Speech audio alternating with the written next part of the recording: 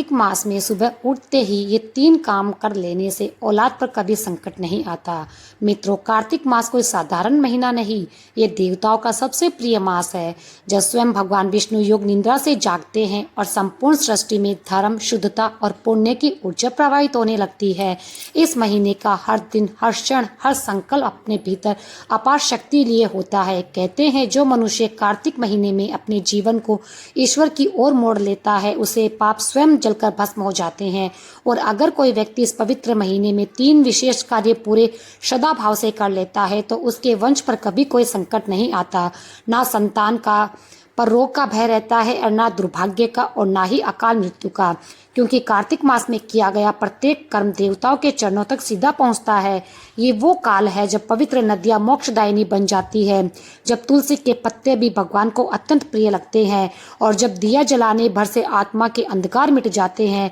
प्रिय दोस्तों, आज की कथा में हम आपको बताने जा रहे हैं वही 3 पवित्र कार्य जो एक साधारण मनुष्य को भी दिव्यता से जोड़ देते हैं। ये 3 कर्म ऐसे हैं जो न केवल इस जन्म बल्कि आने वाले जन्मों तक हमारी संतानों की रक्षा करते हैं।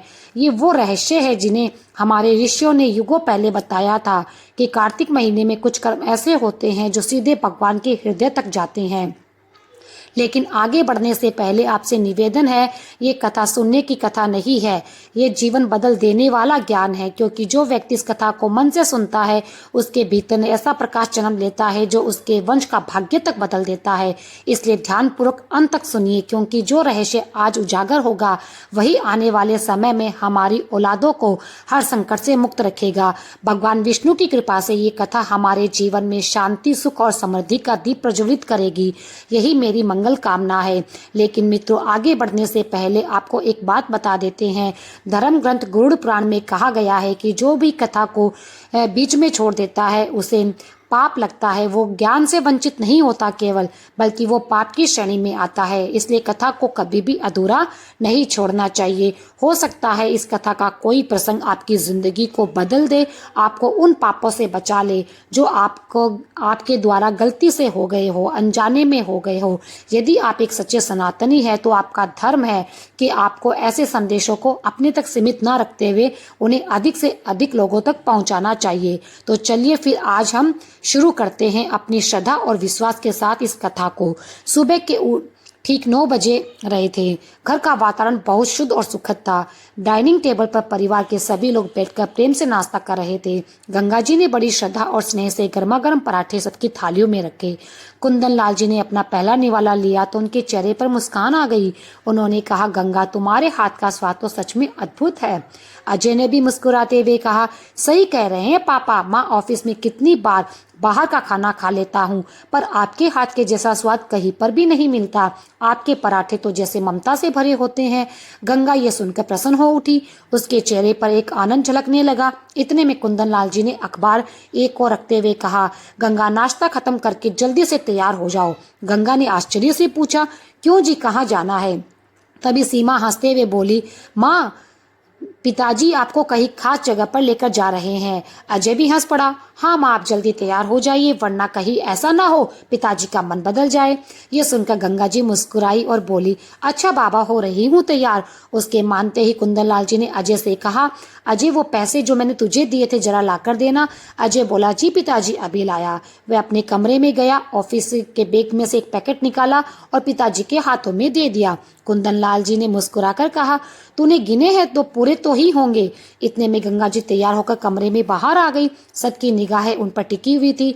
कुंदन लाल जी बोले, वाह गंगा, आज तो तुम सचमुच बहुत सुंदर लग रही हो। सीमा ने भी श्रद्धा से कहा, माँ जी, आप तो सच में बहुत सुंदर लग रही हैं। गंगा जी ने हल्की मुस्कान के साथ कहा, अच्छा अब चले? कुंदन लाल जी ने सिर हिलाया, हाँ चलो, देर हो रही है। दोनों घर से निकल गए। अजय ने दरवाजा बंद किया और अपने काम में लग गया। उधर सीमा रसोई में जाकर काम निपटाने लगी। इतने में उसका फोन बजा। स्क्रीन पर माँ लिखा हुआ देखकर उसे तुरंत कॉल उठाई और धीरे से बोली, अच्छा हुआ माँ जो आपकी कॉल आ गई, मेरा तो मन ही उदास था, सोच रही थी थोड़ा काम निपटाकर आपको फोन करूं। उधर से विमला जी की चिंतित आवाज आई, अरे क्या हुआ बेटी, तू इतनी परेशान क्यों लग रही है? क्या दामाद जी ने कुछ कहा? सीमा ने हल्की झुंझलाहट से कहा, अरे माँ, दामाद जी ने कुछ नहीं कहा, वो तो बहुत अच्छे हैं। बस मेरे सास ससुर इस उम्र में भी चैन से नहीं बैठते। अभी देखिए दोनों घूमने निकल गए और मैं यहाँ रसोई में सब समेट रही हूँ। विमला जी ने लंबी सांस लेते हुए शांत स्वर में कहा, बेटी सीमा, तू क्यों अपने को इतना थका रही है? घर का सारा काम अकेली क्यों करती है? छोड़ दिया कर थोड़ा, तेरी सास भी करेगी, तुझे इतना क्यों जलना है काम में? फिर थोड़ी देर चुप रहकर उन्होंने कहा, ऐसा कर बेटी, कुछ दिनों के लिए मेरे पास आ जा। जे तेरी सास ससुर देखेंगे कि तू नहीं है तो उनका घूमना फिरना अपने आप रुक जाएगा। माँ की बातें चल रही थी, तभी अजय की आवाज आई, सीमा कहाँ हो तुम? अजय की आवाज सुनते ही सीमा ने जल्दी से कहा, अच्छा मैं फोन रखती हूँ, बाद में बात करूंगी। इतना कहकर उसने कॉल काट दी और जल्दी से कमरे में गई। कमरे में पहुंची तो देखा अजय अलमारी में कुछ ढूंढ रहा है। सीमा को देखते ही अजय बोला, सुनो, मैंने एक फाइल अलमारी में रखी थी, मिल नहीं रही, तुमने देखी क्या? सीमा ने बिना देर किए ऊपर के खाने से फाइल निकाली और मुस्कुराकर बोली, यह रही, मैंने इसे लॉकर में रख दिया था क्योंकि आजकल घर में चूहे बहुत हो गए हैं। अजय ने राहत की सांस ली, शुक्र है मिल गई।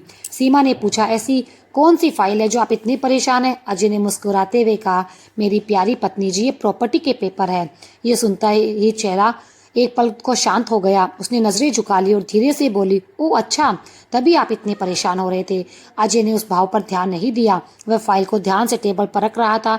सीमा ने उसे कुछ पल देखा, फिर बोली, ठीक है, मैं रसोई का काम निपटा लूं। वह कमरे से निकल गई और रसोई पहुंचते ही जल्दी से अपनी माँ को फोन लगाया। धीरे धीरे कुछ कहा जिसे सुनकर विमला जी बोल रही, ठीक है बेटी, चिंता मत कर, किसी बहाने से मेरे पास आ जा, फिर हम सोचेंगे क्या करना है। इतना कहकर विमला जी ने फोन रख दिया। सीमा के चेहरे पर हल्की मुस्कान आ गई, जैसे माँ से बात कर उसका मन हल्का हो गया। उधर सड़क पर शोर, गाड़ियों की आवाज और भीड़ के बीच कुंदन लाल जी अपनी पत्नी गंगा जी का हाथ कसकर थामे वे बोले, गंगा जरा संभल कर चलो, ट्रैफिक बहुत ज्यादा है। गंगा जी मुस्कुराई और बोली, आप अब भी मुझे ऐसे संभालते हैं जैसे मैं कोई नई नवेली दुल्हन हूँ। दोनों धीरे धीरे चलते हुए एक बड़े ज्वेलरी शोरूम के सामने रुके। शोरूम की चमक देखकर गंगा जी बोली, सुनिए जी, ये तो बहुत बड़ा शोरूम है, कहीं और चलिए, और वैसे भी अब मेरी उम्र हो गई है, मैं इन गहनों का क्या करूंगी? कुंदन लाल जी ने कहा, प्रेम से उसकी ओर देखा और बोले, गंगा, उस दिन जब मुझे तेरी वजह से अपनी झुमकियां बेचनी पड़ी थी, तब मैंने मन में ही मन ठान लिया था कि एक दिन तुझे वैसे ही झुमकियां वापस दिलाऊंगा, और आज वो दिन आ गया है। गंगा जी की आंखें नम हो गई। उन्होंने धीमे स्वर में कहा, आपका साथ ही मेरे लिए सबसे बड़ी दौलत है। कुंदन लाल जी ने प्रेम और स्नेह से गंगा जी की ओर देखा, जैसे ये पल उनकी सारी थकान मिटा गया हो, जैसे आत्मा को शांति मिल गई हो। दोनों ने एक दूसरे का हाथ थामा और श्रद्धा भरे कदमों से कपूर एंड सन्स ज्वेलर्स के भीतर प्रवेश किया। अंदर की चमचमाती रोशनी, शीशों की झिलमिलाहट, गहनों की आभा देखकर गंगा जी की आंखें कुछ पल के लिए ठहर गई। वह धीरे से बोली, इतना बड़ा शोरूम, सब कुछ कितना चमक रहा है। कुंदन लाल जी की हल्की मुस्कान के साथ बोले, गंगा, इन हीरो जवाहरात से ज्यादा अनमोल तो तू है। बस आज उसी वचन को पूरा करने आया हूँ, वही झुमके दिलाने जो सालों पहले तूने मेरे लिए बेचे थे। इतने में एक युवा सेल्स गर्ल विनम्र मुस्कान के साथ आगे आई और बोली, बताइए मैडम, क्या दिखाऊं? कुंदन जी ने मुस्कुराकर कहा, गोल्ड की झुमकियां दिखाइए, सबसे खास। थोड़ी ही देर में वह लड़की एक ट्रे लेकर आई, विनम्र स्वर में बोली, मैम, ये हमारे नए कलेक्शन है झुमके। पहली जोड़ी उसने गंगा जी के सामने रखी। भारी और सुनहरी झुमकियां देखकर गंगा जी धीरे से बोली, सुंदर तो है पर मेरे लिए थोड़ी भारी लगती है। लड़की मुस्कुराई और बोली, तो फिर ये देखिए मैडम, बहुत हल्की है, रोज पहनने लायक है। उसने दूसरी जोड़ी दिखाई जिसमें छोटे छोटे मोती जड़े थे। गंगा जी ने कान के पास लगाकर आईने में देखा तो धीमे स्वर में मुस्कुराई, ये तो सचमुच बहुत प्यारे हैं, लेकिन अब मेरी उम्र कहाँ रह गई इन्हें पहनने की। कुंदन लाल जी ने उनके मन की झिझक को समझते हुए कहा, गंगा, उम्र का गहनों से क्या संबंध है? तेरे चेहरे की आभा ही इन गहनों को और चमका देगी। इतना सुनते ही गर्ल ने तीसरा डब्बा खोला। उसमें बड़े सुंदर झुमके थे जिसमें लाल पत्थर जड़े थे। गंगा जी ने जैसे ही उन्हें हाथ लगाया, उनकी आंखों में एक तेज चमक आ गई। कुंदन लाल जी तुरंत बोले, बस यही तो है, बिल्कुल वैसे ही जैसे तेरे पुराने झुमके थे। गंगा जी ने आंखें भर आई। उन्होंने धीमी आवाज में कहा, हाँ बिल्कुल वैसे हैं। गर्ल ने मुस्कुराकर कहा, तो फिर ये पैक कर दूं क्या सर?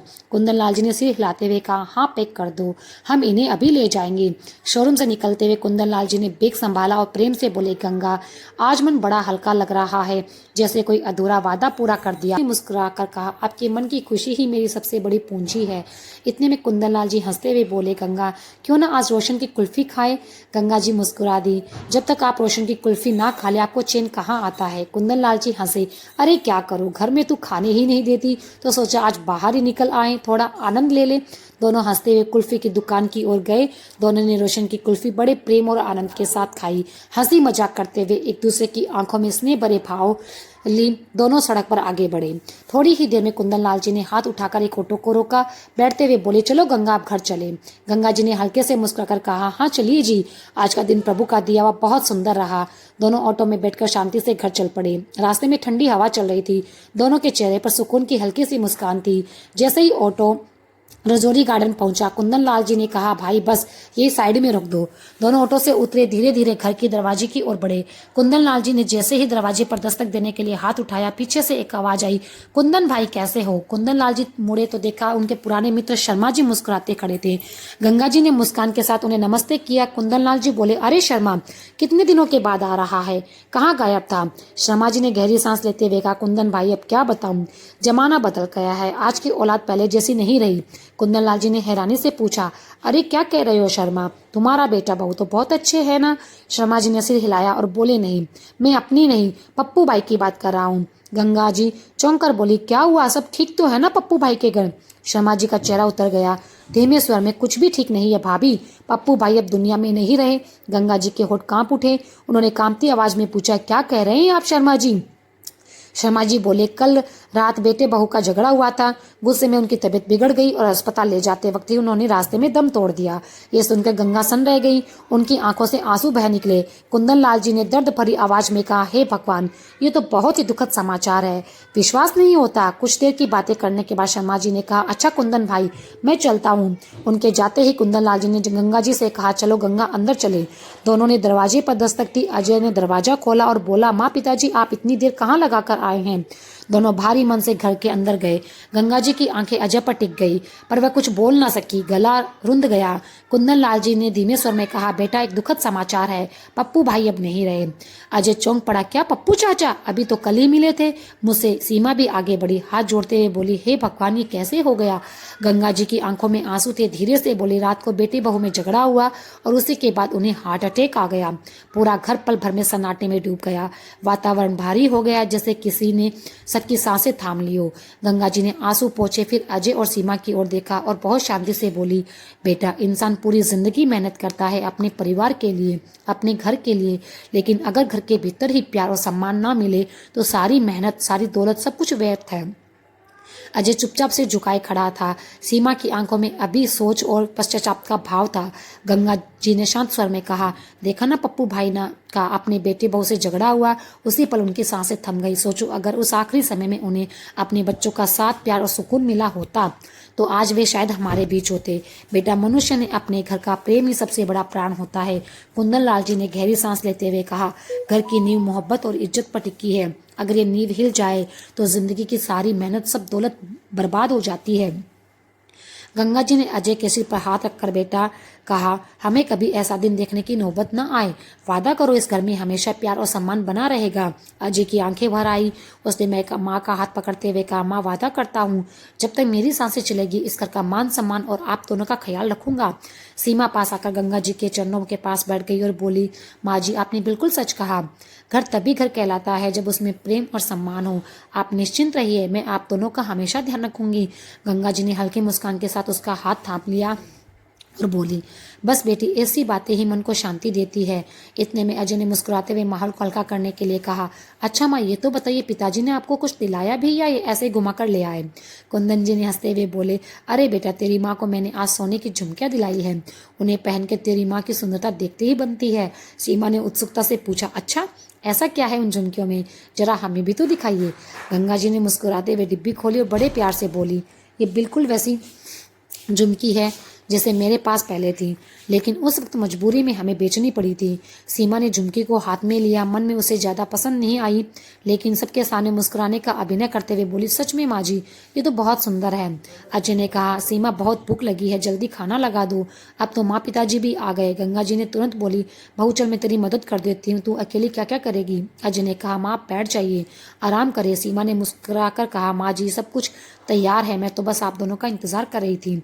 जैसे ही आप लोग आ गए हम सब साथ बैठकर भोजन करेंगे। कुंदन लाल जी ने अजय को देखा और मन ही मन सोचा, सचमुच मेरा बेटा बहू काफी लोगों की तरह नहीं है, आज भी ये हमारी कितनी इज्जत करते हैं। ये सोचते सोचते उनकी आंखें नम हो गईं। भोजन के बाद जब गंगा जी बर्तन समेटने लगी तो सीमा झट से उठी और बोली, माँ जी रहने दो, मैं सब संभाल लूंगी। गंगा जी मुस्कुराई और बोली, ठीक है बेटी, भगवान तुझे खुश रखे। फिर वे अपने कमरे में चली गई। कुंदन लाल जी ने अखबार उठाया और धीरे से कमरे में चले गए।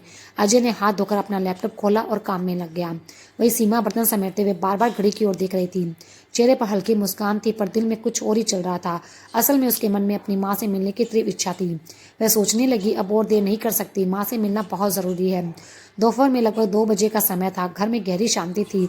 अजय अपने लैपटॉप पर काम में डूबा था। तभी सीमा उसके पास आई और धीरे से बोली, सुनिए, मैं जरा पार्लर होकर आती हूँ, बहुत दिन हो गए, सोचा आज थोड़ा समय अपने लिए निकाल लूं।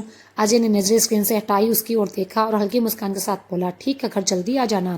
माँ पिताजी आराम कर रहे हैं, मुझे भी थोड़ी देर में ऑफिस मीटिंग ज्वाइन करना है। सीमा ने सिर हिलाया और दरवाजे की ओर बढ़ गई, पर उसके मन में एक और ही विचार गूंज रहा था। आखिर माँ ने क्या सोचा होगा? ऐसी क्या बात है जो फोन पर नहीं बता सकी? उसके तेज कदम होते जा रहे थे। बाहर धूप बहुत तेज थी, लेकिन उसके मन की बेचैनी उस धूप से भी ज्यादा तप रही थी। रजौरी गार्डन की सड़कें दोपहर की खामोशी में डूबी थी। सीमा ने गली के मोड़ पर खड़े एक बैटरी रिक्शा वाले को पुकारा, भैया मेट्रो स्टेशन चलोगे? हाँ मैडम, बैठ जाइए। धीरे धीरे चल रहा था, स्टेशन की ओर बढ़ा। सीमा पूरे रास्ते बेचैन होकर घड़ी देखती रही, मन ही मन अनकहे डर और उम्मीद के बीच में झूल रही थी। जैसे ही रजौरी गार्डन मेट्रो स्टेशन आया, उसने जल्दी से टोकन लिया और मेट्रो में बैठ गई। लगभग आधे घंटे के बाद लाजपत नगर स्टेशन पर उतरकर उसने राहत की सांस ली। वे तेजी से स्टेशन से बाहर निकली और सीधे अपने मायके की ओर बढ़ गई। गेट पर पहुंचे उसने घंटी बजाई। कुछ ही पल में दरवाजा खुला। विमला जी मुस्कुराते हुए बोली, आ गई तुम? कितनी देर लगा दी, कब से इंतजार कर रही थी? सीमा ने थके स्वर में कहा, क्या करूँ माँ, निकलना ही मुश्किल था, सबका खाना बनाना था। और सुनिए, आपको जानकर हैरानी होंगी, मेरे ससुर जी ने मेरी सास को 2 तोले की झुमकियाँ दिलाई है। वो झुमकियाँ सच में बहुत सुंदर है माँ। विमला जी की हल्की हंसी ने बोली, अच्छा, तो तेरे लिए कुछ नहीं लाए? सीमा ने थकान भरे स्वर में कहा, नहीं माँ, उनकी अपनी इच्छा पूरी हो जाए वो बहुत है, मैं तो थक चुकी हूँ। रोज रोज वही खाना बनाना, सबको खिलाना। कभी तो सोचती हूँ अजय से कह दूँ कि हम अलग रहने लगे, पर माँ, वो तो अपने माँ बाप का दीवाना है, उसे तो बस वही दिखते हैं। विमला जी ने शांत होकर उसकी बातें सुनी।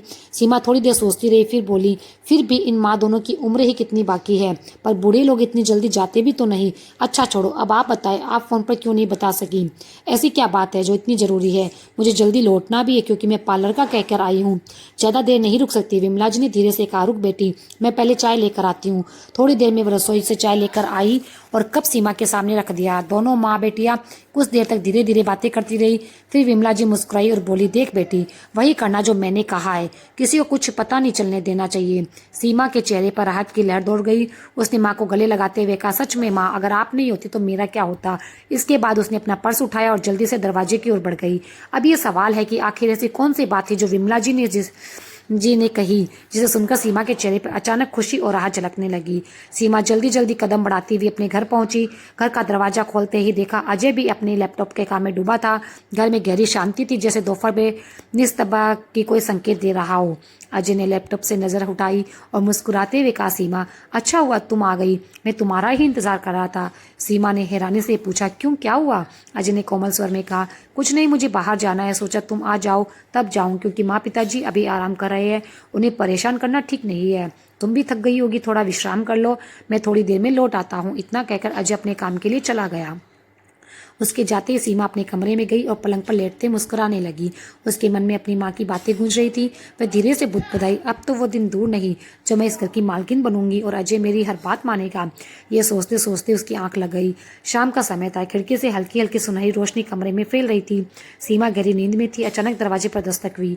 वह चौंक कर उठी और दरवाजा खोला। सामने गंगा जी खड़ी मुस्कुरा रही थी। क्या हुआ माँ जी, कुछ चाहिए था? गंगा जी ने प्रेम भरे स्वर में कहा, नहीं बहू, कुछ नहीं चाहिए, असल में तेरे ससुर और मैं मंदिर जा रहे हैं। सीमा ने हल्के आश्चर्य से पूछा, मंदिर? अच्छा, कब तक आओगे? तभी पीछे से कुंदन लाल जी बोले, अरे तू फिक्र मत कर, हम जल्दी लौट आएंगे। उन्होंने थैला उठाया और गंगा जी से कहा, चलो गंगा चलते हैं। दोनों बाहर निकल गए। जैसे ही दरवाजा बंद हुआ, सीमा ने उसे जल्दी से भीतर से बंद कर लिया। उसके चेहरे पे अनोखी चमक थी। वह दबे पांव ड्राइंग रूम में गई, वहां रखे लैंडलाइन का रिसीवर उठाया और जल्दी से एक नंबर मिलाया। फोन मिलते ही सीमा ने बहुत धीमी आवाज में कुछ कहा, ऐसे शब्द जिन्हें अगर कोई सुन लेता तो स्तब्ध रह जाता। उधर से आवाज आई, आप चिंता मत करें, सब वैसा ही होगा जैसा आपने कहा है। ये सुनते ही सीमा ने मुस्कुराकर रिसीवर रखा। चेहरे पर राहत और आंखों में अजीब सी चमक थी। वह अपने कमरे में लौट आई, आईने के सामने खड़ी होकर खुद को देखा। उसके होठों पर हल्की मुस्कान थी, आंखों में एक ठंडा तेज। धीरे से बोली, अब खेल शुरू हो चुका है, बस कुछ ही दिनों में मेरे सब कुछ मेरे मुताबिक होगा और इन लोगों को मैं घर से निकाल दूंगी। शाम ढल चुकी थी, आसमान पर अंधेरा फैल गया था। थोड़ी देर बाद अचानक उठी और फिर धीरे से अपनी सास के कमरे में गई। अलमारी खोली और झुमकियों वाला डिब्बा निकाला। वह देर तक झुमकियों को हाथों में घुमाती रही। उनकी सुनहरी चमक उसकी आंखों में अजीब सी आग भर रही थी। कुछ देर बाद उसने डिब्बा वापस रख दिया, पर उसके चेहरे पर अब भी केवल इच्छा नहीं बल्कि एक कठोर भाव था, जैसे मन में कोई निर्णय पक्का हो गया हो। कमरे से बाहर निकलते हुए उसने बहुत धीमे स्वर में कहा, आज की रात सब कुछ बदल जाएगा, किसी को पता नहीं चलेगा कि हुआ कैसे। अपने कमरे में जाकर उसने दरवाजा बंद कर लिया, पर्स खोला, उसमें से एक छोटा पैकेट निकाला, वही दवा जो उसकी माँ ने दी थी। पैकेट खोलते ही कमरे में हल्की कड़वी गंध फैल गई। वह मुस्कुराई और बोली, अब जल्द ही मुझे घर के सारे कामों से छुटकारा मिलेगा और वह होंगी मैं। उसकी आवाज में ठंडक थी, पर दीवारें भी जैसे उसे हंसी को कांप उठी, जैसे खुद भगवान भी उस पल मौन होकर ये दृश्य देख रहे थे और सोच रहे थे, कर्म का हर फल हर प्राणी को एक दिन अवश्य मिलेगा। सीमा ने बहुत सावधानी से उस पैकेट को अलमारी से गुप्त खाने में छिपा दिया, फिर आकर बिल्कुल सामान्य रूप से टीवी चालू कर दिया। उसके चेहरे पर वही सीधी सादी मुस्कान, बहू जैसी मुस्कान थी, जिसे देखकर कोई भी ये नहीं सोच सकता था कि उसके मन में कितना अंधकार भरा है। उधर दूसरी ओर मंदिर के प्रांगण में घंटियों की हल्की हल्की मधुर ध्वनि गूंज रही थी। दीपक की लौ हवा में धीरे धीरे डोल रही थी और वातावरण में अपार शांति और भक्ति फैली हुई थी। गंगा जी और कुंदन लाल जी सीढ़ियां चढ़ते हुए मंदिर के भीतर पहुंचे। जैसे ही उन्होंने आंगन में कदम रखा और सामने से अजय दौड़ता हुआ आया, खुशी से बोला, माँ पिताजी आपको तो बहुत देर लग गई, मैं कब से आपका इंतजार कर रहा था। कुंदन लाल जी ने मुस्कुराते हुए कहा, गंगा जी की ओर देखा और बोले, देखो गंगा, हमारा बेटा कितना स्नेह करता है अपनी पत्नी से, हमेशा उसकी खुशी के लिए सबसे आगे रहता है। अजय हंसते हुए बोला, अरे पिताजी जी, जब देखो तब खिंचाई शुरू कर देते हो, चलिए पहले भगवान के दर्शन करते हैं, फिर बैठकर बात करेंगे। घंटियों की आवाज सुनकर मधुर गूंज रही थी। दीपक की लौ लहलाते हुए पूरे मंदिर को दिव्यता से भर रही थी। गंगा जी के हाथ जोड़कर आंखें मुंह करके कहा, हाय प्रभु, मेरे बेटे बहू को हमेशा सुखी रखना, उसके जीवन में प्रेम, शांति और सम्मान बना रहे। कुंदन लाल जी ने मन ही मन प्रार्थना की, प्रभु मेरा परिवार ही मेरी सबसे बड़ी दौलत है, जब मैं तक मेरी सांस चले इन्हें हमेशा खुश रखना।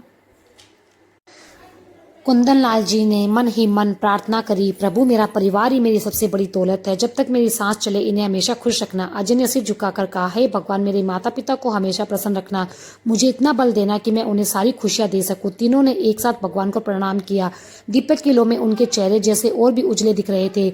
मंदिर की शांति ने उनके दिलों में एक सुकून भर दिया। थोड़ी देर बाद जब वे बाहर आए तो तीनों के चेहरों पर एक ही भाव था, खुशी और कृतज्ञता का भाव। मंदिर के विशाल आंगन में वे पत्थर की चौकी पर बैठ गए। हल्की ठंडी हवा बह रही थी और घंटियों की आवाज अब तक मधुर होकर दूर से आ रही थी। अजय ने धीरे से कहा, माँ पिताजी, क्यों ना हम सीमा को एक बड़ा सरप्राइज दे। घर पर ये बातें करना सही नहीं था, कहीं उसे भनक लग जाएगी, इसलिए सोचा मंदिर का ये शांत माहौल उसके लिए सबसे अच्छा है। कुंदन लाल जी मुस्कुराए और बोले, सही कहा बेटा, मैं जानता हूँ कि हम घर में एक छोटी सी पार्टी रखे, रिश्तेदार और करीबी सब आए और खासकर बहू के मायके वाले। गंगा, मेरी हमेशा यही कोशिश रही कि सीमा को इस घर में कभी पराया ना लगे, आखिर उसे अपना घर छोड़कर हमारा घर अपनाया है। गंगा जी ने सहमति में सिर हिलाया, बिल्कुल सही कहा आपने, बहू को कितनी खुशी होगी। और सुनिए, क्यों ना वो झुमकिया मैं सीमा को ही दे दूं, वैसे भी हमारे चले जाने के बाद सब कुछ बेटे बहू का ही तो है। अपने माता पिता की बातें सुनकर अजय की आंखें भर आई। वह भावुक होकर बोला, पिताजी, अगर हर घर में आप जैसे विचार हो तो किसी बहू को कभी मायके की कमी महसूस ही ना हो। एक और मंदिर में तीनों भक्ति और प्रेम से भरे थे, सीमा के लिए खुशियों की योजना बना रहे थे। दूसरी ओर घर में वही सीमा अपने मन में एक और अंधकारमय और खौफनाक के विचार को जन्म दे रही थी। शुरुआत में सीमा ऐसी नहीं थी, वह सीधी सादी, भली और आदर करने वाली बहू थी, पर धीरे धीरे वो अपनी माँ विमला जी के बहकावे में आकर वह अब एक अलग ही राह पर चल पड़ी थी, जहाँ भक्ति की जगह कपट था और प्रेम की जगह स्वार्थ। उधर गंगा जी और कुंदन लाल जी मंदिर से लौटे। दोनों के चेहरे पर भक्ति और शांति की मुस्कान थी। उनके मन हल्के थे, जैसे भगवान ने आशीर्वाद देकर लौटे हो। थोड़ी देर के बाद में अजय घर आ गया। तीनों बहुत खुश थे। उन्हें लगता था कि उनकी बनाई योजना सीमा को पसंद आएगी, परंतु किसे पता था कि आने वाला कल उनकी पूरी जिंदगी की दिशा को बदल देगा। रात का समय था। घर में सभी ने एक साथ बैठकर भोजन किया। अजय बार बार सीमा की ओर देखता व मन में सोचता, कल जब उसे सरप्राइज मिलेगा, उसके चेहरे की खुशी देखना जीवन का सबसे सुंदर पल होगा। गंगा जी अपने बेटे बेटे बहू को देखकर प्रसन्न थी। कुंदन लाल जी भी संतोष में डूबे हुए थे कि उनका परिवार इतना शांत और सुखी है। पर उसी रात जब सब अपने कमरों में चले गए तो सीमा की आंखों में नींद का नामो निशान नहीं था। वह चुपचाप रसोई में गई और दूध गर्म करने लगी। उसने ट्रे में 2 गिलास रखे और चारों ओर देखा, कहीं कोई है तो नहीं। उसने अपने पर्स से वह छोटा सा पुड़िया निकाला और उसकी माँ विमला जी ने जो दिया था उस पुड़िया को देखते उसकी आंखों में चमक आ गई। धीरे धीरे उसने माँ के जैसे शब्द याद आए, बस आधी पुड़िया से काम हो जाएगा। उसने बहुत सावधानी से सिर्फ 1 गिलास में वह दवा मिला दी। गहरी सांस लेते हुए ट्रे उठाई और सास ससुर के कमरे में चली गई। जैसे ही वे कमरे में पहुंची कुंदन लाल जी ने मुस्कुराकर कहा, नहीं बहू, मुझे दूध नहीं चाहिए, तू अपनी सास को दे दे। सीमा कुछ कहती उससे पहले अजय अंदर आ गया। वह हंसते हुए बोला, पिताजी, सीमा इतने प्यार से आपके लिए दूध लाई है, आप मना कर कैसे कर सकते हैं? देखिए, इसमें तो बादाम और केसर की खुशबू भी आ रही है। आपकी बहू ने बड़े मन से बनाया है। और रही बात माँ की, तो वो आपके साथ उनके लिए भी लेकर आई है, इसलिए आज कोई नाटक नहीं चलेगा। गंगा जी मुस्कुराई और बोली, सीमा, अजय को भी दूध दे। सीमा के चेहरे पर हल्की झिझक आई, लेकिन वह तुरंत संभली और बोली, ठीक है माँ जी, मैं अभी इनके लिए दूध गर्म कर लाती हूँ। वह रसोई की ओर गई। पीछे से अजय बोला, सीमा, मैं कमरे में जा रहा हूँ, तुम दूध वहीं ले आना। थोड़ी देर बाद सीमा ट्रे लेकर कमरे में आई। उसने मेज पे गिलास रखते हुए कहा, ये लो तुम्हारा दूध। अजय मोबाइल पर कुछ देख रहा था। उसने मुस्कुराकर कहा, रख दो, मैं पी लूंगा। सीमा पास आकर बैठ गई। उसके चेहरे पर घबराहट थी, परंतु आवाज में मिठास थी। वह बोली, अभी पी लो, नहीं तो ठंडा हो जाएगा। इतना कहते ही अजय ने गिलास उठाया और एक बार में ही पूरा पी गया। वह हंसते हुए बोला, वाह, इसमें तो काजू बादाम भी है। माँ बिल्कुल सही कहती है, तुम कमाल का दूध बनाती हो। सीमा जबरन मुस्कुराई। उसके भीतर एक अजीब सी बेचैनी हो उठी, मानो उसका उसे चेतावनी दे रहा हो मन, यह धर्म है, मत कर। उधर गंगा जी और कुंदन जी भी अपने हाथों में दूध का गिलास लिए बैठे थे। गंगा जी ने गिलास को देखा, बोली, अरे देखिए जी, मेरे दूध में तो ऊपर मलाई तैर रही है। आप जानते हैं ना, मुझे मलाई बिल्कुल पसंद नहीं। कुंदन लाल जी मुस्कुराए, अरे तो क्या हो गया, थोड़ा सा ही तो है, पी लो। गंगा जी ने गिलास उनकी ओर बढ़ाया, नहीं, आप ये पी लीजिए, आपके गिलास में मलाई नहीं है, ये मुझे दीजिए। कुंदन लाल जी हंस पड़े, तुम भी ना गंगा, बच्चों जैसी जिद करती हो। प्रेम से मुस्कुराते हुए उन्होंने कहा, जी। गंगा जी का गिलास अपने हाथ में लिया और धीरे धीरे दूध पीने लगे। गंगा जी ने भी अपने हिस्से का दूध शांति से पी लिया। फिर दोनों पति पत्नी बिस्तर पर आकर आराम से बैठ गए। कुछ ही देर बाद कुंदन लाल जी ने अपने माथे पर हाथ रखा, बोले, अरे गंगा, आज ना जाने क्यों मुझे बहुत थकान हो रही है, आंखें खुल नहीं रही। गंगा जी मुस्कुराकर बोली, अरे कुछ नहीं हुआ है, आप बहुत चले हैं, आज सो जाइए, कल बहुत काम है। इतना कहकर कुंदन लाल जी ने अपनी पत्नी का हाथ थाम लिया और बोले, गंगा, पता नहीं क्यों दिल बहुत बेचैन हो रहा है। गंगा जी ने उनका हाथ कसकर पकड़ा और कोमल स्वर में बोला, सब ठीक है, सो जाइए, भगवान देख रहे हैं। बाहर गहरा सन्नाटा था, अंदर बस दोनों की धीमी सांसों की आहट सुनाई दे रही थी। आंगन के दूसरे कमरे में अजय गहरी नींद में था और सीमा अपने बिस्तर पर करवट बदल रही थी। उसकी आंखें छत पर टिकी थी, मानो उसका डर और उम्मीदें दोनों लटके हुए हो। उसके मन में बस एक विचार घूम रहा था, सब कुछ वैसा होना चाहिए जैसे मैंने सोचा है। किसी को कुछ पता नहीं चलना चाहिए, वरना सब खत्म हो जाएगा। उसका दिल बहुत तेज धड़क रहा था, पर होठों पर एक अजीब सा संतोष था, मुस्कान थी। धीरे धीरे रात बीत गई। सुबह की हल्की रोशनी खिड़की के कमरे में उतर आई। पंछियों की चहचहाट गली में गूंज रही थी, लेकिन रजोड़ी गार्डन का वह घर एक अजीब सी खामोशी में डूबा था। गंगा जी अभी भी बिस्तर पर लेटी थी, चेहरे पर वही शांति, कोई पवित्र आत्मा गहरी नींद में हो। कुंदन लाल जी ने करवट ली और धीरे से कहा, गंगा उठो, देखो सुबह हो गई। पर कोई जवाब नहीं आया। उन्होंने फिर कहा, गंगा सुन रही हो ना? कुछ पल इंतजार किया, पर फिर भी कोई उत्तर नहीं आया। कुंदन लाल जी का दिल अचानक धक से रह गया। वे घबरा कर उठे और कांपते हाथों से अपनी पत्नी का चेहरा छुआ।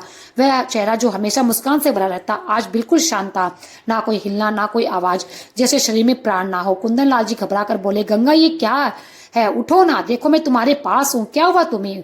उसकी आवाज कांप रही थी, आंखों में आंसू थे। उन्होंने पत्नी का सिर अपनी गोद में रखा और फूट फूट कर रोने लगे। हे भगवान, मेरी गंगा को क्या हो गया? पिता की चीख सुनकर अजय दौड़ता हुआ अंदर आया। माँ को निश्चल पड़ा देखकर उसका दिल टूट गया। माँ, माँ, क्या हुआ आपको? वह चीखता रहा, हिलाता रहा, पर गंगा जी की सांसें तो ये सदा के लिए रुक चुकी थी। पूरा घर मातम में डूब गया। कुंदन लाल जी ने रोते हुए बोले, हे प्रभु, ये कैसी परीक्षा ले रहे हो? सीमा जी भी भागकर कमरे में आ गई। सास को यूं शांत पड़ा देखकर उसके पैरों तले जमीन खिसक गई। वह भीतर से कांप उठी। उसने कुंदन लाल जी की ओर देखा। वे जीवित थे, मगर पर टूटे मन से पत्नी का सिर गोद में लिए रो रहे थे। सीमा के मन में तूफान उठ गया, कहीं माँ जी ने वही दूध तो नहीं पी लिया? पर वह उठ क्यों नहीं रही? हे भगवान, ये क्या हो गया? उसकी आंखों से भी आंसू बह निकले। वह भागकर अपने कमरे में गई और कांपते हाथों से अपनी माँ को फोन लगाया। माँ, ये कैसी दवाई दी थी आपने? आपने कहा था कि ससुर जी को पिलाऊंगी तो वह मेरे कहे में रहेंगे, पर लगता है गलती से वह दूध माँ जी ने पी लिया। माँ, अब तो वो उठ ही नहीं रही, मुझे बहुत डर लग रहा है। अगर उन्हें कुछ हो गया तो मैं अजय को क्या जवाब दूंगी? वह जोर जोर से रोने लगी। उधर से विमला जी बोली, ये कैसे हो गया? शायद मर्द और औरत पर दवाई का असर अलग अलग होता है, पर तू क्यों डर रही है बेटी? तेरी सास अगर मर गई तो तेरा सब कुछ तेरा हो जाएगा। आखिर जो तू चाहती थी वो तो होगा ही। यह सुनकर सीमा का दिल कांप उठा। वह चीख कर बोली, ये क्या कह रही हो माँ? मैंने कभी नहीं चाहा कि मेरे सास ससुर को कुछ हो। आंसू उसकी आंखों से झरझर बहने लगे। उसने फोन काट दिया और दौड़कर फिर गंगा जी कमरे में आई। सास के पास बैठकर रोती हुई बोली, माँ जी उठिए ना, देखिए हम सब परेशान हैं। माँ जी आप आंखें खोलिए। अजय का रो रो का बुरा हाल था, उसकी आंखों में आंसू रुकने का नाम नहीं ले रहे थे। वह घबरा कर बोला, सीमा देखो ना, माँ कुछ बोल नहीं रही है। मेरी माँ को आखिर क्या हो गया? कुंदन लाल जी अभी भी स्तब्ध बैठे थे। उनकी आंखें गंगा जी के शांत चेहरे पर टिकी थी। होठ कांप रहे थे पर शब्द बाहर नहीं निकल रहे थे। धीरे से बुदबुदाए, ये कैसे हो सकता है? रात को तो मेरी गंगा हंसते हुए बातें कर रही थी, अब ये कैसे नींद में सो गई? उनकी आवाज टूट रही थी। फिर अचानक बेटे की ओर मुड़े और बोले, अजय बेटा तू रो मत, तेरी माँ ठीक हो जाएगी, अभी सब ठीक हो जाएगा, तू भागकर डॉक्टर को ले आ। अजय ने आंसू पोंछते हुए कहा, पिताजी मैं अभी लेकर आता हूँ। वह जैसे ही बाहर जाने लगा, सीमा ने उसका हाथ पकड़ लिया और बोली, सुनो मैंने डॉक्टर को फोन कर दिया, वो रास्ते में है, किसी भी वक्त आ जाएंगे, आप चिंता मत करो, माँ ठीक हो जाएगी। अजय ने भरी आंखों से सीमा की ओर देखा, फिर जाकर माँ के पास बैठ गया। तीनों बार बार गंगा जी को उठाने की कोशिश कर रहे थे पर बिल्कुल शरीर शांत हो चुका था। कुछ देर बाद दरवाजे के बाहर गाड़ी रुकने की आवाज आई। डॉक्टर तेज कदमों से भीतर आए। सबकी निगाहें उन पर टिक गई, मानो वही अब भगवान का रूप है जो चमत्कार करेगा। अजय रोते हुए उनके पास गया। डॉक्टर साहब जल्दी देखिए ना, माँ उठ नहीं रही, कुछ कीजिए, मेरी माँ को बचा लीजिए। कुंदन लाल जी की आवाज कांप रही थी, डॉक्टर साहब मेरी गंगा को देखिए, कल रात बिल्कुल ठीक थी, अचानक कैसे हो गया? कृपया से बचा लीजिए। डॉक्टर ने गंगा जी की नब्ज देखी, स्टेथोस्कोप लगाया और चुपचाप जांच करते रहे। 2-4 मिनट तक पूरे ध्यान से देखने के बाद उन्होंने गहरी सांस ली और सिर झुकाकर बोले, मुझे अफसोस है अभी हमारे बीच नहीं रही। उनकी आवाज धीमी थी पर शब्द बिजली की तरह गूंज रहे थे। इनको रात में मेजर अटैक आया था और नींद में इन्होंने अपने प्राण त्याग दिए। ये सुनते ही पूरा कमरा सन्नाटे में डूब गया। अजय जमीन पर गिर पड़ा। नहीं ऐसा नहीं हो सकता, माँ हमें छोड़कर नहीं जा सकती। कुंदन लाल जी का शरीर कांप रहा था। उन्होंने कांपते हाथों से पत्नी का चेहरा सहलाया और बोले, गंगा तू मुझे अकेला छोड़कर कैसे चली गई? मैं तेरे बिना नहीं जीना चाहता। सीमा को जैसे अपने कानों पर विश्वास नहीं, वह सुन रह गई। उसे समझ में आ गया कि उसकी एक गलती ने कितना बड़ा पाप कर दिया। वह टूट गई, आंखों से आंसू झड़ते गए। वह फुट फुट कर रोने लगी, हे भगवान मैंने क्या कर दिया? थोड़ी देर में खबर पूरे मोहल्ले में फैल गई। लोगों का जमावड़ा लग गया। घर के बाहर भीड़ थी, पड़ोसी रिश्तेदार स्तब्ध थे। कोई कह रहा था, अरे कल तक तो सब ठीक था। दूसरा बोला, हाँ समझ नहीं आता ऐसा अचानक क्या हो गया। सीता आंटी ने धीरे से कहा, डॉक्टर बोले हैं अटैक आया था। पास बैठी कम्मो आंटी ने जोड़ा, आजकल किसी को भी अचानक अटैक आ जाता है, हमें भी सावधान रहना चाहिए। घर के अंदर कुंदनलाल जी एक कोने में बैठे थे, चेहरा पत्थर सा, आंखें नम। वे गंगा जी के पास बैठे थे, जैसे अभी भी विश्वास ना हो। उनकी आंखें जीवन संगनी अब नहीं रही। अजय अब भी रो रहा था। लोग उसे शांत कराने की कोशिश कर रहे थे। एक महिला ने उसके कंधे पर हाथ रखकर कहा, बेटा तेरी माँ जैसी तो कोई नहीं थी, वो सबका ख्याल रखती थी। भगवान भी अच्छे इंसानों को जल्दी अपने पास बुला लेते हैं। और वही कोने में बैठी सीमा औरतों की भीड़ में बिल्कुल बेसुध थी। उसके दिल में पछतावे का तूफान उठ रहा था। वह सोच रही थी, मेरे हाथों से मेरी ही सांस चली गई। मैंने उन्हें नहीं मारा पर मेरे कर्मों ने उन्हें छीन लिया। घर के आंगन में रोते बिलखते रिश्तेदार और पड़ोसी बैठे थे। तभी दूर से किसी के रोने की आवाज आई, अरे मेरी समधन कहाँ चली गई? अभी तो पोते पोती का मुंह भी नहीं देखा। हे भगवान आपने ये क्या कर दिया? वो दौड़ती हुई आई और सीमा को गले लगाकर जोर जोर से रोने लगी। वो और कोई नहीं, सीमा की माँ विमला जी थी, जो बाहर से तो रो रही थी पर अंदर से केवल नाटक कर रही थी। उन्होंने अपनी बेटी को कसकर गले लगाया और धीरे से कहा, ज्यादा देर मत कर, आप जल्दी से अंतिम संस्कार की तैयारी करवा दे। सीमा को कुछ समझ नहीं आ रहा था। उसके चेहरे पर कोई भाव नहीं था, जैसे वह अपने ही किए पाप के बोझ से दब गई। कुंदन लाल जी चुपचाप अपनी पत्नी के पास खड़े थे। चेहरे पर अविश्वास था, मानो अब भी उन्हें यकीन ना हो रहा हो कि उनकी गंगा अब नहीं रही। पास खड़ी औरतें और पड़ोसी स्तब्ध थे। किसी को समझ नहीं आ रहा था कि अचानक क्या हो गया। चारों ओर शोक की लहर थी। घर की दीवारें भी जैसे रो रही हो। दोस्तों आगे क्या होगा? क्या अजय और कुंदन लाल जी ने असली सच जान पाएंगे? क्या यही गंगा जी का अंत होगा या फिर प्रभु कुछ ऐसा करेंगे जो सबको चमत्कार कर देगा? उसी समय सीमा उठी। वह गंगा जी के पास आई और धीरे धीरे झुककर उनके कानों के पास बैठी। माँ जी मुझे माफ कर दीजिए, मेरा इरादा कभी ऐसा नहीं था कि आपको या पिताजी को कोई नुकसान पहुंचे। मैं तो बस चाहती थी कि आप लोग मेरी सुने, मुझ पर भी ध्यान दें, पर मैंने अपने हाथों से इतना बड़ा पाप कर दिया, मैं खुद को कभी माफ नहीं कर पाऊंगी। माँ जी मैंने तय कर लिया है, मैं अजय को सब कुछ बता दूंगी। ये कहकर वह सास के गले लग गई और फुट फुट कर रोने लगी। आसपास की औरतें उसे सांत्वना देने लगी। बहू हिम्मत रखो, तेरी सास बहुत अच्छी थी, उनकी आत्मा भगवान के चरणों में शांति पाएगी। थोड़ी देर बाद मोहल्ले और घर के लोग मिलकर अंतिम यात्रा की तैयारी करने लगे। गंगा जी का पार्थिव शरीर सफेद कपड़ों में लिपटा फूलों से सजाया गया। सामने गंगाजल और तुलसी रखी गई। पूरे घर में केवल एक ही आवाज थी, राम नाम सत्य है। कुंदन लाल जी अपनी पत्नी के पास बैठे थे, जैसे उनकी आत्मा वही ठहर गई हो। अजय अपने पिता को संभाल रहा था, पर उसकी आंखें रोते रोते सूज गई। वह माँ के चरणों में झुककर बोला, माँ आप हमें यूं छोड़कर कैसे चली गई। फिर धीरे धीरे चार कंधों पर गंगा जी अर्थी पर उठी और सब लोग राम जी का नाम कहते हुए आगे चले गए।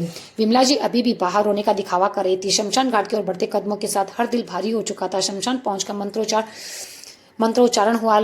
लकड़ियों के चटकने की आवाज आई। अजय ने रोते हुए माँ को मुखांगनी दी। सबकी आंखों में आंसू थे। वातावरण शोक में फैला हुआ था। गंगा जी का चेहरा खुला था ताकि सब उन्हें अंतिम बार देख सके। अग्नि की लपटें धीरे धीरे उठ रही थी, मानो आसमान तक जाकर उनकी आत्मा को भगवान के पास पहुंचा रही हो। लकड़ियां धीरे धीरे सुलग रही थी, लेकिन तभी गंगा जी की पलकों में हल्की सी हरकत हुई। किसी ने ध्यान नहीं दिया। अगले ही पल उनकी आंखें पूरी तरह खुल गई और कांपती आवाज निकली, अजय। कुंदन लाल जी ने जैसे ही आवाज सुनी, उनकी नजर चिता पर गई। वह हतप्रद होकर चीख उठे, गंगा मेरी गंगा। उनकी आंखों में आंसू झरने लगे। वे बोले, अजय बेटा देख, तेरी माँ जिंदा है, तेरी माँ जिंदा है। उनकी आवाज सुनकर शमशान घाट पर खड़े हर व्यक्ति की सांसें थम गई। जो रो रहे थे उनका शोक गले में ही अटक गया। चारों ओर सन्नाटा छा गया और सबकी निगाहें उस चिता पर थी जहां ईश्वर का चमत्कार अपना रूप दिखा रहा था। कुछ ही पलों में पूरा माहौल बदल गया। रोने की आवाजों की जगह अब लोगों की चीखें और हैरानी सुनाई देने लगी। हर कोई स्तब्ध था। कुछ डर के मारे पीछे हट गए, कुछ लोग श्रद्धा से आंखें फाड़कर देखने लगे। अजय ने तुरंत चिता की लकड़ियां हटाना शुरू कर दिया। 2-3 लोगों के पास रखे पानी के घड़ों से अग्नि पर डालते हुए पुकारा, जल्दी से और पानी लाओ। उसी क्षण कुंदन लाल जी की खुशी का कोई ठिकाना ना रहा। उन्होंने कांपते हाथों से अपनी पत्नी को चिता की अग्नि से बाहर निकाला, जिससे उनके हाथ थोड़े जल गए, पर उन्होंने दर्द की परवाह भी नहीं की। एक पड़ोसी भावुक और बोला, जाके रखो साईं, मार सके ना कोई। कुंदन लाल जी ने गंगा जी को सीने से लगाते हुए कहा, गंगा तू जिंदा है, मुझे पता था तू मुझे अकेला छोड़कर नहीं जा सकती। अजय की आंखों में अब भी आंसू बह रहे थे। वह बोला, भगवान का लाख लाख शुक्र है जिन्होंने मेरी माँ को वापस भेज दिया। चारों तरफ भीड़ खड़ी सब कुछ देख रही थी। हर चेहरे पर विस्मय था, हर हृदय में भक्ति का रस था। गंगा जी की आंखों में भी आंसू आ गए। उन्होंने कांपती आवाज में कहा, सुनिए, मुझे घर ले चलिए। अजय ने तुरंत सहारा देते हुए कहा, हाँ माँ, अभी घर ही चलेंगे। आपको देखकर सीमा कितनी खुश होगी। दोस्तों, क्या आप कुंदन लाल जी और अजय उस सच्चाई तक पहुंच पाएंगे जिसके पीछे ये सब घटित हुआ था, या फिर गंगा जी के मुख से निकलेगा एक ऐसा सत्य जो सबके दिलों को हिला देगा। गंगा जी के जीवित होने की खबर पूरे मोहल्ले में जंगल की तरफ आग की तरह फैल गई। लोग कहने लगे, अरे हमने तो सुना था वो नहीं रही। नहीं भाई, ये तो भगवान की बड़ी कृपा है, ये कोई साक्षात चमत्कार है। हर कोई सुनकर हैरान था। जब ये खबर सीमा तक पहुंची, उसके चेहरे पर राहत आई। वह फूट पड़ी, माजी जिंदा है। आंखें नम हो गई। जैसे ही गंगा जी घर पहुंची, सीमा दौड़कर उनके पैरों में गिर पड़ी और जोर जोर से रोने लगी। मन ही मन कहने लगी, माँ जी मुझे माफ कर दीजिए, मैंने जो किया ये बहुत बड़ा पाप था। ये देखकर कुंदन लाल जी और अजय की आंखों में भी आंसू आए। दोनों ने सोचा, सीमा तो बस मौत से लौट आई। सांस को पाकर भावुक हो गई, पर असली सच्चाई तो सीमा के भीतर थी। वह अपने कर्मों के बोझ से टूट चुकी थी। तभी पास खड़ी विमला जी ने कहा, अरे अब छोड़ भी दे ये रोना धोना, प्लीज देख, तेरी सास यही सलामत तेरे सामने खड़ी है। पर सीमा ने अपनी माँ की बातों को अनसुना कर दिया। वह अपनी सास का हाथ थामे हुए अंदर ले गई और धीरे धीरे भीड़ छट गई। हर कोई गंगा जी को प्रणाम करके जय श्री राम कहते हुए अपने घर लौट आया। अंत में विमला जी ने झूठे आंसू बहाते हुए बोला, बहन जी, सचमुच ईश्वर ने मेरी सुन ली, आपको वापस भेज दिया। फिर बेटी के पास जाकर कहा, अच्छा सीमा, ध्यान रखना, मैं चलती हूँ। ये कहकर वह चली गई।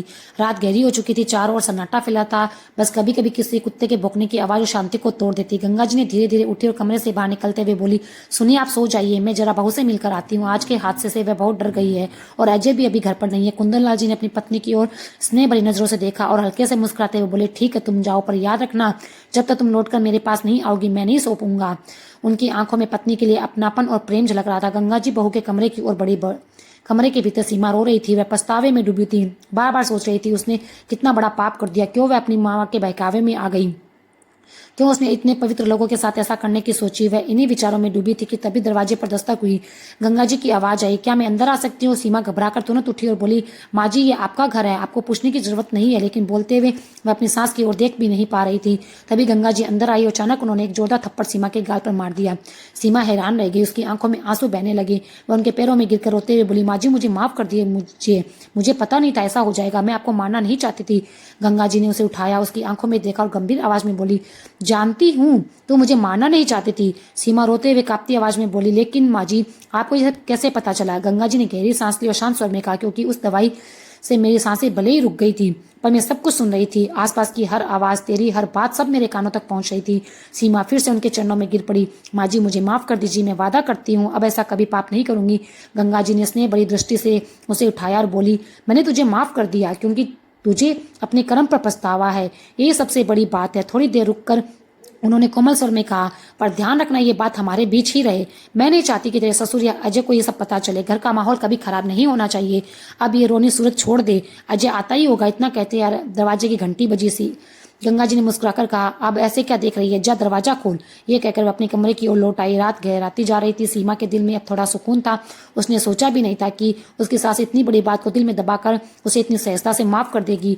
वह बिस्तर पर लेटी ये सोच रही थी, तभी अजय कमरे में आ गया और बोला, सीमा, पल भर के लिए क्या हो जाता, कुछ पता ही नहीं चलता। कल मंदिर में माँ पिताजी के साथ मैं तुम्हारे लिए एक सरप्राइज पार्टी की तैयारी कर रहा था। माँ तो ये तक सोच रही थी कि वह तुम्हें गिफ्ट में झुमकियाँ देगी जो पिताजी ने उन्हें दिलाई थी, लेकिन कौन जानता था अगले दिन ऐसा तूफान आ जाएगा। एक ही दिन में हमारी पूरी दुनिया हिला दी। सीमा ने अजय का हाथ कसकर थाम लिया और धीरे से बोली, अजय, अब मैं इस घर में खुशियों से भर दूंगी, ये मेरा वादा है तुमसे। अजय मुस्कुराया और उसे अपनी बाहों में भर लिया। दोनों के दिलों में अब सुकून था और कब वे नींद के मीठे सपनों में खो गए, उन्हें खुद भी पता नहीं चला। सुबह का उजाला घर में फैल चुका था। चारों ओर शांति और पवित्रता का वातावरण था। सीमा रसोई में खड़ी पकौड़े बना रही थी, जिनकी खुशबू पूरे घर में बिखर गई थी। गंगा जी रसोई में आई तो सीमा ने मुस्कुराते हुए कहा, माँ जी देखिए, आज मैंने बिल्कुल वैसे ही पकौड़े बनाए जैसे आपने मुझे सिखाया था। गंगा जी ने एक प्लेट में पकौड़े डाले और प्रेम भरे स्वर में बोली, बहू तेरे हाथों में तो सचमुच जादू है। सीमा के चेहरे पर संतोष की मुस्कान थी। उसी समय उसका मोबाइल बज उठा। स्क्रीन पर माँ का नाम चमक रहा था। वह थोड़ा झिझकी और धीरे से फोन लेकर साइड में चली गई। फोन उठाते विमला जी बोली, सब ठीक है ना, किसी को शक तो नहीं हुआ? सीमा ने शांत स्वर में कहा, माँ जैसा मैं सोचती थी मेरी सास वैसी नहीं है, वो बहुत अच्छी है। विमला जी हंसते हुए बोली, अरे ये सब नाटक है तेरी सास का, मीठी मीठी बात तो करके वो तुझसे सारा काम करवाती रहेगी, तू बस उनकी दासी बनकर रह जाना। सीमा कुछ बोलने ही लगी थी कि उसकी माँ फिर से बोली, अच्छा छोड़िए, बता तू घर कब आएगी? इस बार हमेशा सोचेंगे कि सांप भी मर जाए और लाठी भी ना टूटे। अपनी माँ की ऐसी बातें सुनकर से सीमा का चेहरा कठोर हो गया। उसने दृढ़ स्वर में कहा, माँ अब ये फालतू की बातें मत करना, मैं अपने घर में बहुत खुश हूँ और आगे से मुझे फोन मत करना। इतना कहकर उसने फोन बंद कर दिया। उसके दिल में केवल शांति थी, जैसे किसी ने उसके अंदर से अंधकार निकाल दिया हो। घर में फिर से हंसी खुशी का माहौल लौट आया। अजय और सीमा एक दूसरे से मजाक कर रहे थे। गंगा जी और कुंदन जी दोनों एक दूसरे को देखकर मुस्कुरा रहे थे। आज उनके चेहरों पर वही सुकून था जिसे वे वर्षों से खोज रहे थे। दोस्तों, जहाँ भरोसा और अपनापन होता है, सच्चा प्यार वही होता है, परिवार भी वही बसता है। सीमा ने नए सिरे से रिश्तों को जीना सीखा और सच में घर में एक सुखी संसार बन गया। रिश्तों की डोर झगड़ों से नहीं बल्कि भरोसों से मजबूत होती है। जब इंसान अपनी गलती मान ले और परिवार उसे माफ कर दे तो हर घर जन्नत बन जाता है। लालच इंसान को अंधा बना देता है, पर सच्चा सुख केवल अपनों के साथ में मिलता है। अपने माता पिता की सेवा करो, क्योंकि उनके आशीर्वाद में ही जीवन की सच्ची समृद्धि आती है। तो दोस्तों, कथा यहीं पर खत्म नहीं होती है। अब हम कार्तिक मास की उन 3 सीख को जानेंगे जिसे कोई साधारण मनुष्य अपने जीवन में अपना ले तो कभी दुखी नहीं रहेगा। तो चलिए फिर कीमती समय को बर्बाद ना करते हुए उन तीनों सीखों को जान लेते हैं। कार्तिक मास का महीना केवल दीपक जलाने या व्रत रखने का नाम नहीं है, बल्कि ये वो काल है जब मनुष्य को अपने भीतर जाकर देखना होता है कि वह वास्तव में कितना पवित्र है, कितना शांत है और कितना दूसरों को क्षमा करने वाला है। गंगा जी और सीमा की ये पूरी कहानी कार्तिक मास की सच्ची भावना को अपने भीतर समेटे हुए है। जिस प्रकार भगवान विष्णु ने कहा कि जो मनुष्य दूसरों की गलती को क्षमा करता है वही मेरे निकट आता है, उसी प्रकार गंगा जी ने अपनी बहू सीमा को माफ कर दिया। और क्षमा ही सबसे बड़ा व्रत है। कार्तिक मास में जो व्यक्ति दीपदान करता है उसे केवल बाहर नहीं बल्कि अपने हृदय में भी प्रकाश फैलाना होता है। इस मास की पवित्रता तभी पूरी होती है जब अपनी अंधकार को मिटाकर भीतर करुणा, क्षमा और प्रेम का दीप जलाए। गंगा जी ने जब सीमा को माफ किया तब उनके घर में केवल एक स्त्री नहीं बल्कि एक देवी का जन्म हुआ। जिस घर में क्षमा होती है वहाँ कलह नहीं टिकता, जहाँ भगवान स्वयं वास करते हैं। कार्तिक मास भी यही सिखाता है। घर ही सच्चा मंदिर है। जब घर के लोग प्रेम और अपनापन से भरे होते हैं तो वह घर भगवान का निवास बन जाता है। गंगा जी के घर में जब सबके हृदय से द्वेष मिट गया, जब सीमा ने अपने अपराध का प्रायश्चित किया और जब कुंदन लाल जी ने अपनी पत्नी को प्रेम से देखा, तब वह घर एक मंदिर जैसा बन गया। इस मास में दीप जलाने का अर्थ यही है कि हम अपने घर के हर कोने में शांति और प्रेम का प्रकाश फैलाएं। बाहर जला गया दीपक तभी सार्थक होगा जब भीतर का दीपक भी प्रज्वलित हो। जैसे तुलसी जी के नीचे दीपक जलाने से भगवान विष्णु प्रसन्न होते हैं, वैसे ही अगर हम अपने परिवार के भीतर सौहार्द का दीपक जलाएं तो ईश्वर स्वयं वहाँ निवास करेंगे। और सबसे बड़ी सीख ये है कि कार्तिक मास आत्म परिवर्तन का समय है। ये महीना हमें सिखाता है कि गलती होना पाप नहीं, गलती को स्वीकार ना करना पाप है। सीमा ने अपने कर्म को स्वीकार किया, उसने अपनी गलती के लिए सच्चा पश्चाताप किया और यही कार्तिक मास की सच्ची भावना है। इस मास में जो व्यक्ति अपने भीतर झांकता है, अपनी भूलों को पहचानता है, उन्हें सुधारने का प्रयत्न करता है, वह व्यक्ति भगवान की सच्ची कृपा का पात्र बनता है। गंगा जी ने अपनी बहू को माफ करके केवल उसे सुधारा नहीं बल्कि पूरे घर के वातावरण को पवित्र कर दिया। कार्तिक मास हमें यही सिखाता है, जब हम दूसरों की गलती को माफ करते हैं तो ईश्वर हमारे अपने पापों को माफ कर देते हैं। सच्चा कार्तिक व्रत वही है जिसे मनुष्य अपने भीतर झांक कर ये निश्चय करे कि अब वह किसी को दुख नहीं देगा, किसी से बैर नहीं रखेगा, हमेशा अपने परिवार, समाज और जीवन में प्रेम, शांति और करुणा का दीप जलाएगा। इस मास में जो मनुष्य ऐसा करता है उसके घर में केवल धन और समृद्धि ही नहीं बल्कि संतोष और आनंद भी स्थायी रूप से आ जाता है। कार्तिक मास हमें यह भी याद दिलाता है कि माता पिता और बड़ों की सेवा सबसे बड़ा पुण्य है। जैसे गंगा जी ने अपने जीवन में से सबको ये दिखाया, बड़ों के आशीर्वाद से ही हर घर का दीपक जलता रहता है, वैसे ही हमें भी अपने माता पिता की सेवा करनी चाहिए। अंत में यही कहा जा सकता है कि कार्तिक मास का सच्चा संदेश यह है कि जब हम अपने भीतर के अंधकार को मिटाकर क्षमा, प्रेम और परिवर्तन के दीपक जलाते हैं, तभी हमारा जीवन उज्जवल होता है। गंगा जी की कहानी ये सिखाती है कि क्षमा सबसे बड़ा दीपदान है, सच्चा प्रेम सबसे सुंदर पूजा है और आत्म परिवर्तन ही सबसे श्रेष्ठ साधना है। कार्तिक महीने का हर दिन हमें यह सिखाता है कि भगवान बिहारी मंदिरों में नहीं बल्कि उस हृदय में बसते हैं जो प्रेम, भक्ति और क्षमा से भरा होता है। तो मित्रों, ये कथा अभी खत्म नहीं होती। अब तो हमें ये जानना है कि मनुष्य कार्तिक मास में 3 काम कर लेता है तो उसकी औलाद पर संकट नहीं आता। तो मित्रों, सबसे पहले कार्तिक महीने का नाम सुनते ही मन में एक पवित्र भाव जाग उठता है। ये महीना केवल पूजा पाठ का समय नहीं बल्कि पीढ़ियों की सुरक्षा का आशीर्वाद लेकर आता है। कहा गया है, जो मनुष्य कार्तिक मास में 3 विशेष काम श्रद्धा और निष्ठा से कर लेता है उसकी औलाद पर कभी कोई संकट नहीं आता। ये केवल कथा नहीं बल्कि अनुभव है। बहुत समय पहले की बात है, एक छोटे से गाँव में रघुवीर नाम का व्यक्ति रहता था। उसका परिवार सुखी था, पत्नी सुमित्रा और 2 छोटे बच्चे। पर रघुवीर हमेशा डर में जीता, कहीं उसके बच्चों पर कोई अनिष्ट ना आ जाए, कोई विपत्ति ना आ जाए। एक दिन गांव में वृद्ध साधु आए जिनके चेहरे पर अद्भुत तेज था। उन्होंने रघुवीर से कहा, बेटा, यदि तू अपनी औलाद को हर संकट से बचाना चाहता है तो कार्तिक मास में 3 काम श्रद्धा से कर। ये 3 काम दीप जैसे हैं जो संतान के जीवन को अंधकार से बचाते हैं। पहला काम तुलसी सेवा कर और भक्ति। साधु बोले, हर सुबह स्नान कर तुलसी माता के पास दीप जलाना और बच्चों के साथ बैठकर ओम नमो भगवते वासुदेवाय का जाप करना। तुलसी का पौधा केवल एक पौधा नहीं, घर की आत्मा है। जो माँ तुलसी की सेवा करता है उसके घर में देवता स्वयं निवास करते हैं। जो बच्चे तुलसी के पास हाथ जोड़ते हैं उनके भीतर श्रद्धा, संयम और संस्कार का बीज अंकुरित होता है। ये संस्कार ही भविष्य में संकटों से रक्षा करता है। रघुवीर ने ऐसा ही किया। वह हर सुबह बच्चों को उठाकर तुलसी के पास ले जाता, दीप जलाता और धीरे धीरे उसका घर मंदिर बन गया। उसकी औलाद के मन में भय की जगह भक्ति आने लगी। दूसरा काम दान और सेवा का व्रत। साधु बोले, कार्तिक मास में दान करना केवल पुण्य नहीं, संतानों के लिए कवच है। जो व्यक्ति किसी भूखे को अन्न देता है, किसी गरीब को कपड़े देता है, किसी अनाथ को सहारा देता है, वह अपने बच्चों के लिए जीवन का आशीर्वाद की रक्षा कवच बनाता है। रघुवीर ने भी निश्चय किया कि वह रोज कुछ ना कुछ दान करेगा, चाहे एक मुट्ठी चावल ही क्यों ना हो। उसने एक दिन किसी वृद्धा को एक रोटी दी, दूसरे दिन एक बालक को किताबें। धीरे धीरे उसका घर जो है वह प्रेम और करुणा का केंद्र बन गया। गांव के लोग कहते, रघुवीर के घर का दीप कभी नहीं बुझता, और सच में उसके घर की शांति अटूट हो गई। तीसरा काम मन, वचन और कर्म की शुद्धि। साधु बोले, कार्तिक मास में आत्मशुद्धि का मास है। इस महीने झूठ, कटु वचन, झगड़ा और ईश्वर छोड़ दो। जो मनुष्य इस मास में अपने क्रोध पर संयम करता है उसका घर देवताओं का स्थान बन जाता है, और जहाँ देवता रहते हैं वहाँ औलाद पर संकट तो आ ही नहीं सकता। रघुवीर ने ये बात अपने हृदय में बसा ली। उसने क्रोध छोड़ दिया, झूठ छोड़ दिया। अब वह बच्चों को केवल प्रेम से समझाता, पत्नी ने विनम्रता से बोलता और हर कार्य को प्रभु का प्रसाद मानता। धीरे धीरे उसका परिवार जैसे प्रकाश से भर गया। दिन बीतते गए, कार्तिक का महीना समाप्त हुआ। साधु ने गांव छोड़ते हुए समय कहा, रघुवर, तेरे घर की औलाद अब किसी संकट में नहीं पड़ेगी, क्योंकि तूने दीपदान किया। तूने 3 दीप जला दिए हैं, भक्ति, सेवा और शुद्धि के। जब तक ये दीप जलते रहेंगे तेरी संतान का भाग्य उज्जवल रहेगा। कई वर्ष बाद गांव में महामारी फैल गई। कई घरों में संकट आया, पर रघुवीर का घर अशून्य रहा। लोगों ने कहा, ये उसी 3 कर्मों का फल है जो उसने कार्तिक के महीने में किया था। सच में ये केवल कर्म नहीं थे बल्कि आत्मा की साधना थी।